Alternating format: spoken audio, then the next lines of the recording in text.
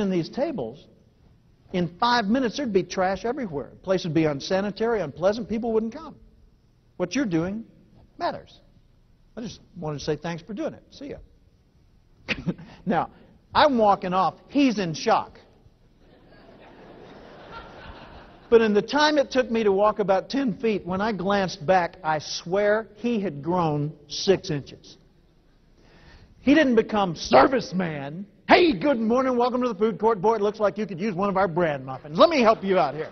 You know, nothing like that went on. All that happened is he went from depressed to neutral. Neutral. But what do you bet for the balance of his shift? He did his work a little bit better. Fair assumption? Okay. What do you bet for the balance of his shift? He felt better about himself and handled problems a little more smoothly. Okay. What had I done? Complimented him. I acknowledged him. A guy in Seattle said, Jim, you gave him back his dignity. Ooh, that's kind of lofty. I don't know that I did that, but here's what I did do. I pointed out the direct connection between his performance and the effect it had on other people.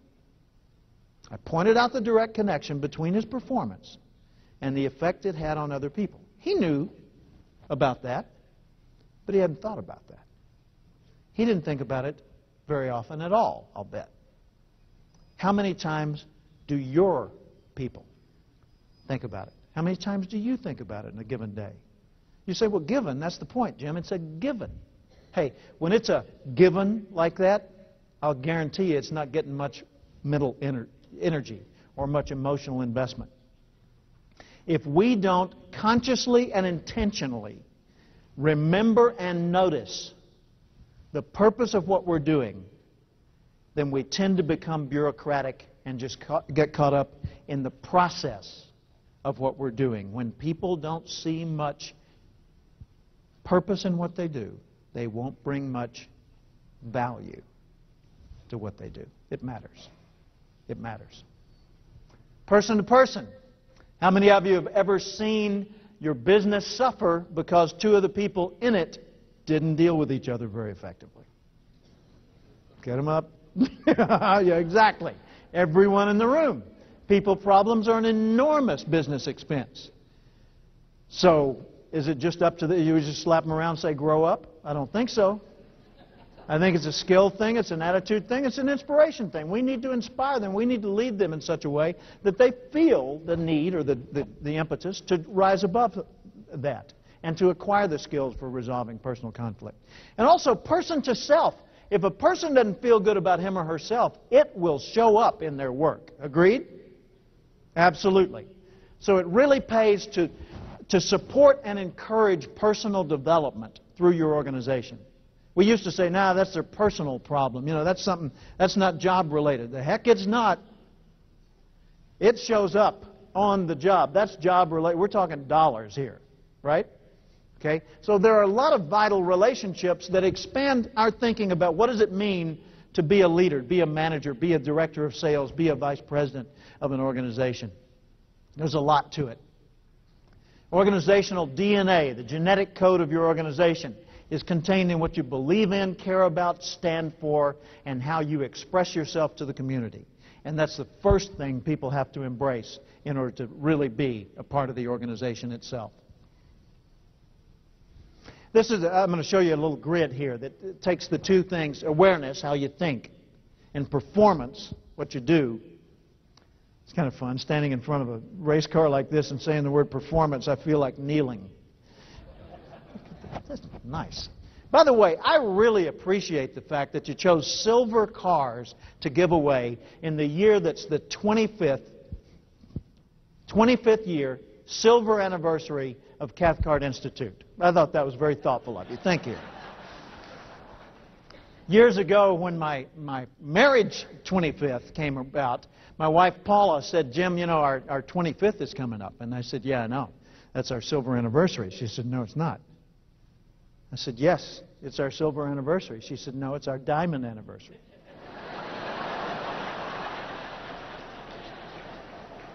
I said, you're right. I said, do you want to specify shape or just size? She said, size will do. Supported by baguettes. And she described what she was looking for and gave me time to save up for it, thank heavens. She said, by the way, what do you want? And I said, just wait till you get your diamond. And then we got it, and I said, all right, your turn. I want you on the back seat of my motorcycle as I tour the Alps for 16 days, 3,000 miles. She said, done. Most romantic experience we ever had. Just riding through those mountain passes and by the little villages, day after day in Austria, Switzerland, Germany, France. Oh, man. So we did it again for our 30th. A few years will be our 35th. I think we'll do it again. Boy, ain't life grand. I tell you what. Awareness and performance. How you think and what you do equals mastery. If you put it on a grid, it looks like this. The two dimensions, how you think, awareness. How you do, that's performance. Awareness ranges from ignorance to enlightenment. And if you look at that, low awareness, person doesn't know much about what they're doing. They tend to focus only on the process, just the details, the steps. They become very rigid on process, okay? But the people who really think about it are purpose-driven. They're doing what they're doing because it matters that they do it that way. The process matters only because the purpose exists. Without the purpose, the process is just bureaucracy, as I said a while ago. Okay? So how do you get people to not be so process-focused? Talk about the reasons. Talk about the purpose. Tell the stories within your own organization of how you're impacting the customers. Because if you just hear the stories and get the testimonials from time to time, but you don't wave those flags, you don't run them up the flagpole and let everybody hear about them, they won't think about them. And if it's not in the front of your mind, it's not in the front of your performance either. Purpose. Performance. Most people only do what's required. They do. They've got no reason to do more than that, most people. So they just do what's required. But a few people are exceptional. They step beyond the requirements and do more than they have to. Now, we created through this 4 quadrants within this grid. Low awareness and low performance, that's process-driven, doing only what's required. Okay? High awareness, low performance, that's purpose-driven, but still just doing what's required. High performance, low awareness, don't think about it much, but do a lot of work, not much thought. Okay? And then high awareness, high performance, upper right-hand quadrant. Here's what the names of them are. Low awareness, low performance, I call the passenger. They're just along for the ride. Now, there's a passenger in your organization, or a passenger, if you're thinking about this in a sales context, a customer that's buying from you, low awareness, low performance, not acting on it, not thinking about it much. Do they need education to raise their awareness or motivation to raise their performance? Yes. They need both, right? Okay? A person who's a critic, someone who's high in awareness but low in performance. They talk a great game, but they become what Brian Tracy told me is an articulate incompetent. Intellectually arrogant. Okay? Do they need more awareness to make them more effective? Heck no. They need more motivation, more behavior, more performance. Okay? So you can look at this and look at the person you're dealing with and know pretty quickly whether you need to focus on action, which would be a motivation issue, or focus on understanding, which would be an information issue. High action, low thinking, that's the competitor. The competitor doesn't need more motivation, they need more education, information. And the leader, whether they're in a leadership position or not, I mean, they don't have to have anybody answering to them but themselves. To be a leader requires high awareness and high performance. With them, you don't need information or motivation to get them going. You just need to point them right and get the heck out of the way. Now, is that something you can use? Okay. The AP grid. So the world's changing more than you are. Really is. More than I am as well. So in what ways are you currently obsolete? More than you know. Same's true for me. All of us are more obsolete than we ever realized. Let me share with you something to kind of put that in context. This is a little thing that comes out each fall from Beloit College in Wisconsin, maybe one of your customers. Beloit College sends out what they call the mindset list, and they send it to their faculty. And they say, folks, this describes how the incoming freshman class this year thinks about and sees the world.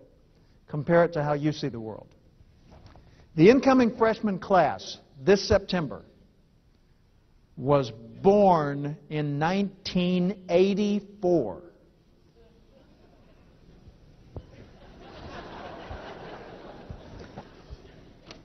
To them, an IBM Selectric is an antique. Thongs are not worn on the foot.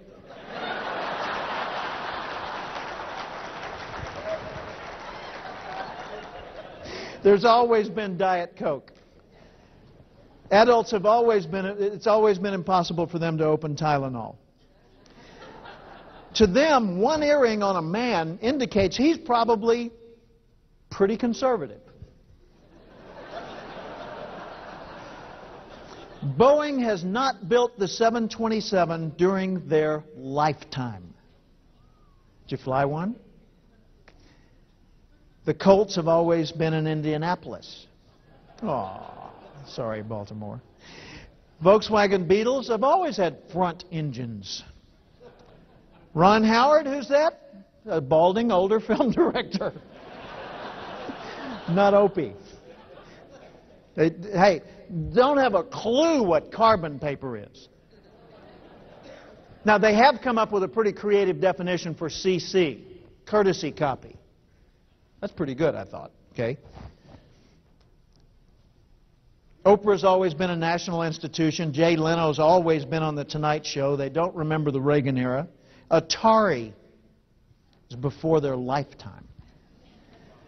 You say to them, you sound like a broken record. They say, what's a record? Honest to God. They've never heard of an 8-track. Oh, and they've certainly never seen a TV with just 13 channels. And they say, Grandpa, no kidding? You used to walk to the television?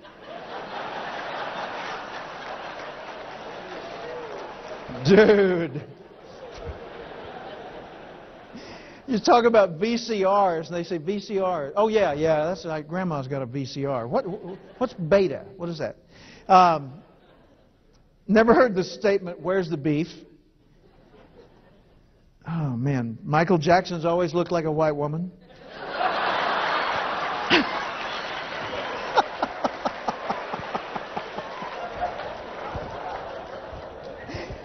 And the world's a very different thing to them than it is to us. Man, I tell you, in how many ways are we obsolete? A lot, right? A lot. Man. And so what we've got to do is constantly notice more. Intentionally pay attention to things that we weren't going to pay attention to in the first place. Like Buckminster Fuller, the man who developed the geodesic dome, considered to be the Leonardo da Vinci, the great mind of the 20th century, used to go to a newsstand and buy whatever was in the right-hand corner, whatever magazine was up there. If it was Trucking Weekly, or if it was Waterbed World, or if it was Cosmetic Techniques for the New Age or whatever, he would buy it. And he would read something in which he was not interested, intentionally, just to stretch his perspective and get a different take on things. Pretty good exercise. We've got to notice more. We've got to constantly pay attention. Because, see, we're shifting from the industrial era, not to the information age, but the eco-technology era, where we realize the world's alive. That this organization and your own companies are living systems. So it's not mechanisms, they're organisms. They behave differently, and the industrial metaphors just don't cut it. Right? 9 to 5, forget that. We want access whenever we feel the need for access, 24/7. Lifetime learning, perpetual education is the deal. Eye contact is being supplemented by the need for skills in e-contact. How do you build trust when all you can convey is a digit? Okay? IQ is being supplemented by EQ, emotional intelligence, as one of the primary skills required for success. Always was, we just now started to notice that. And knowledge is no longer seen as power. Knowledge is universal. Access